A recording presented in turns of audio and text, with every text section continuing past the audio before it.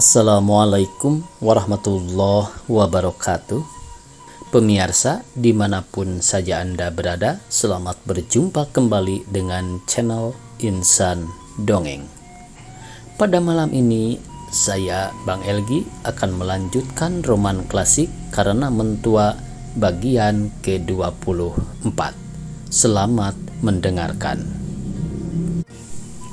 Dan pihak Ramalah sendiri biasanya kalau pikirannya agak kusut, ia pergi ke kedai suaminya akan melihat-lihat orang berjual beli atau menolong-nolong suaminya. Dan malam hari kerap kali mereka itu berjalan-jalan ke pasar Gedang, ke rumah Engku Raja Baginda, akan bersenda gurau dengan anak-anak keluarga sepesukuan Marah Adil yang ramah tamah itu.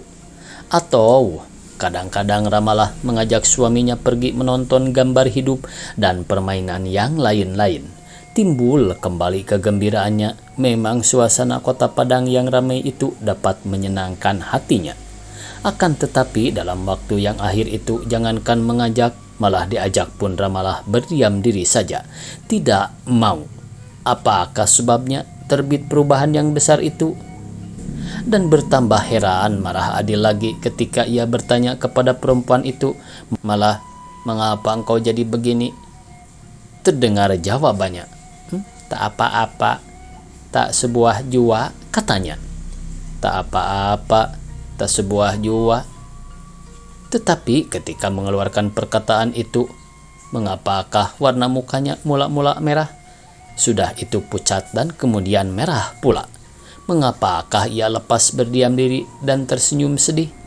Apakah sebabnya dalam senyumnya yang menimbulkan lesung pipit pada pipinya itu terbayang perasaan yang tak dikeluarkan? Nampak kesusahan, ketakutan dan kesedihan yang sengaja disembunyikan. Wahai, disembunyikan, dirahasiakan.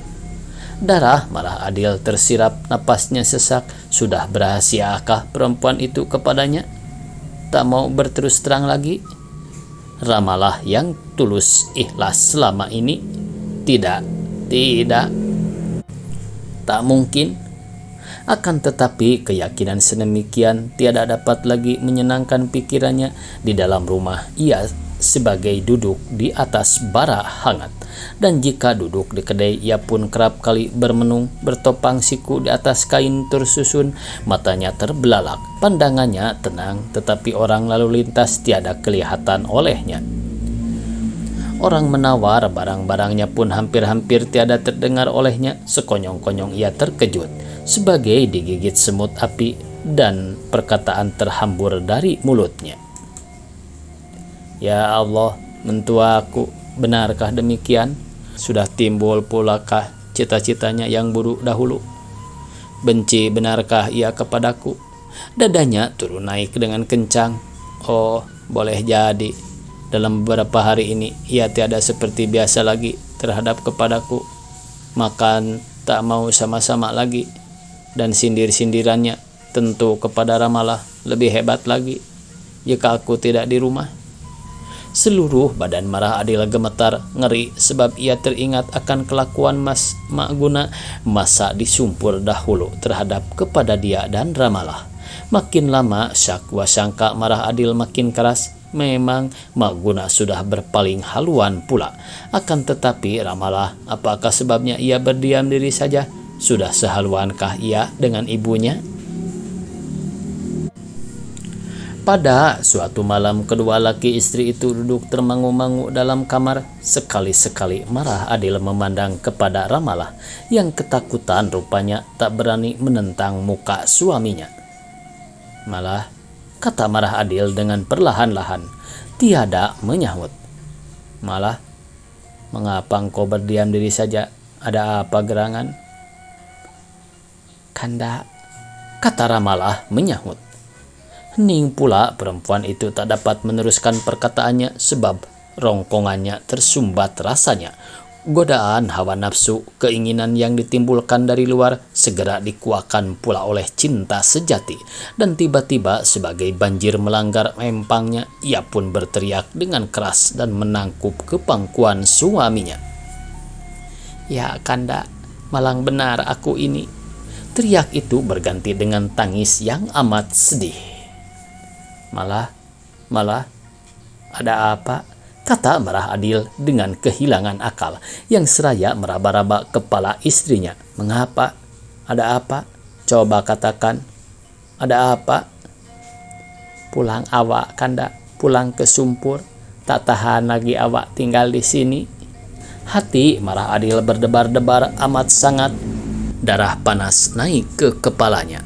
Dengan tiada insaf dilepaskannya kepala Ramalah dari dalam tangannya, ia hendak bangkit berdiri. Tetapi sebentar itu juga ia kembali sebab ditahan oleh istrinya yang berkata dengan sedih, Kanda, ya Kanda, jangan salah terima. Tidak Kanda, bukan tak tahan karena Kanda, ampun, kasihani aku, lepaskan aku dari godaan, dari bahaya besar. Ia menangis pula sedan-sedan lebih keras sehingga pangkuannya suaminya basah oleh air matanya. Oh, kata Marah Adil dengan agak tenang sebab daripada perkataan Ramalah yang akhir itu sudah nyata kepadanya bahwa ia berduka cita itu bukan karena dia, melainkan karena perbuatan ibunya pula. Tiba-tiba dadanya sesak pula sebab sakit hati dan berang. Dengan segera ia bangkit dan berdiri dan pergi kepada Maguna yang tengah duduk gelisah di kamarnya. Ibu, pengapakan biniku? Katanya dengan geram dan gemetar. Ibu, pengapakan? Maka ia jadi begini. Maguna duduk lurus-lurus seraya memandang kepada menantunya dengan mata yang bersinar-sinar. Berang pula rupanya, akan tetapi ia berkata dengan tenang. Ganjil pula orang ini. Dia berkelahi dengan bininya, awak yang dibentak-bentaknya. Tak malu, tak tahu. Apa? Kata Marah Adil seraya bergerak hendak melompati mentuanya. Setua ini tak tahu akan nasib. Kanda, ibu, Kanda, kata Ramalah dengan cepat seraya memeluk badan suaminya. Kanda, jangan, Kanda, ampun, sabar, jangan berbantah ibu, malu awak kepada orang setangga. Marah Adil diraihnya masuk ke dalam bilik pula. Astagfirullahaladzim, astagfirullahaladzim, katanya seraya undur ke belakang menurutkan istrinya. Astagfirullahaladzim. Dan ia pun duduk terperanjak di tepi tempat tidur dekat Ramalah yang selalu menyabarkan dia dengan air matanya. Maguna bersungut, tetapi apa-apa katanya tiada kedengaran kepada kedua mereka itu.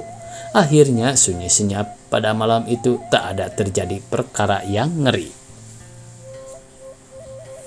Pagi-pagi benar Marah Adil berbangkit dari tempat tidurnya lalu pergi ke kampung Jawa akan membuka kedainya. Membuka kedai pagi-pagi buta, siapa yang akan membeli ketika itu? Seorang pun belum melepaskan selimut lagi dari tubuhnya. Masing-masing mendengkur di tempat tidur, tetapi Marah Adil memang sudah duduk termenung di atas sebuah bangku di muka kedainya. Di rumah ia bagai silasai dengan api nyala, panas tak terkira-kirakan. Di situ ia gila berpikir-pikir. Sekalian kata-kata dan tingkah laku Ramalah malam itu teringat olehnya. Pulang awak, Kanda, pulang ke Sumpur, lepaskan aku dari bahaya. Benar demikian katanya, dan hal itu menyatakan bahwa Ramalah tetap setia, tetap cinta kepadanya. Akan tetapi pulang, apa sebabnya? Oh, karena tak tahan bercampur dengan ibunya yang menyeringai kepada dia semalam.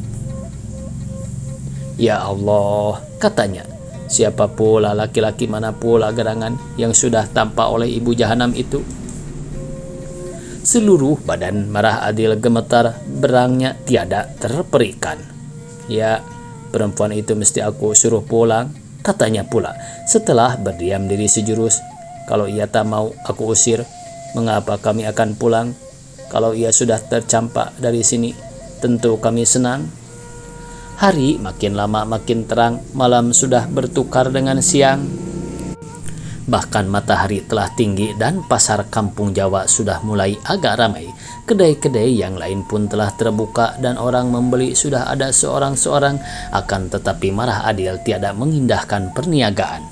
Duduknya resah, tiada tetap. Sebentar ia masuk ke dalam kedai, sebentar lagi keluar dan duduk di atas bangku pula, termangu-mangu. Sekonyong-konyong ia pun berdiri seperti laku orang terkejut. Dengan segera kedai ditutupnya, sehingga orang-orang kedai yang berhampiran heran dan tercengang. Ia keluar dan ketika kawan-kawannya bertanya apa sebab kedai ditutup ketika itu, hari baru kira-kira pukul 9:30. Jawabnya, bahwa ia hendak pulang sebentar. Ada kelupaan katanya, dan ia pun berjalan menuju ke belakang tangsi dengan cepat. Tak peduli bagaimana pikiran orang melihat tingkah lakunya yang berubah dari biasa itu. Dan ia pun berjalan menuju ke belakang tangsi dengan cepat, tak peduli bagaimana pikiran orang melihat tingkah lakunya yang berubah dari biasa itu. Sesampai ke halaman terdengarlah olehnya bunyi orang bertengkar di belakang. Mak Guna memarahi anaknya. Debar-debar hati Marah Adil bertambah kencang. Ia berlari naik, akan tetapi sesampai di kelangkan, ia pun berhenti sebagai ditahan oleh suatu kekuatan batin, sebab tiba-tiba terdengar perkataan mentuanya. "Apa katamu binatang? Engkau tak mau menurut perintahku? Anak jah, berpandai-pandai engkau mengajak lakimu jahanam itu." Telinga Marah Adil mendenging. "Pulang ke Sumpur? Tidak. Engkau mesti bercerai di sini, di padang ini. Kalau engkau sudah ditinggalkannya, kita pindah dari sini ke rumah adikku di Belantung Kecil. Sudah berapa kali kukatakan kepadamu, kalau engkau masih dengan dia, takkan mungkin engkau beruntung, takkan mungkin selamat. Awak semuda ini, hanya ketika masih semuda ini awak laku, mengerti? Kalau sudah tua, menoleh pun orang tak sudi lagi kepadamu. Apa jua yang kau harapkan daripadanya? Tak engkau dengar semalam ia melawan kepadaku, kepada mentua. Aku hendak diterajangkainya." "Patut ibu kuterajangkan," kata Marah Adil seraya melompat ke dalam. "Lo benar pengajaran ibu kepada biniku." Mak Guna terkejut lalu berdiri serta bersandar ke dinding. Rupanya sedikit pun tak ada malunya. Ia tersenyum masam seperti setan. "Apa kata ibu kepada Ramalah tadi? Bercerai?" kata Marah Adil seraya melangkah ke dekat mentuanya. "Oh, mengintai Marah?" katanya dengan tenang. "Apa salahnya aku mengajari anakku?" "Mengajari, namanya begitu," sahut Marah Adil dengan bertambah marah dan geram. "Dari muda sampai tua tiada berubah-ubah perangi ibu. Di Sumpur sudah berbuat bencana. Kini begini pula, tak tahu ibu bahwa aku yang berkuasa di sini. Ibu boleh kuusir seperti anjing dari rumah ini." Halus benar adat Marah berkata begitu kepadaku. Menantu apa ini berani mengancam mentuanya? Marah Adil bertambah meradang lebih-lebih ketika dilihatnya Ramalah berdiam diri saja. "Ya," katanya, boleh. Akan tetapi belum habis lagi perkataannya, Mak Guna pun berkata pula dengan keras dan pedih. "Boleh, coba usir. Marah yang mesti kuusir dari sini. Ceraikan anakmu." Marah Adil terperanjat dan memandang pula kepada istrinya yang masih berdiam diri juga. Maka ia pun kemasukan setan, hilang akalnya, lalu berkata dengan tak diketahuinya, "Boleh, bukan anak ibu saja perempuan di atas dunia ini." Bersambung. Billahi taufik wal hidayah. Wassalamualaikum warahmatullahi wabarakatuh.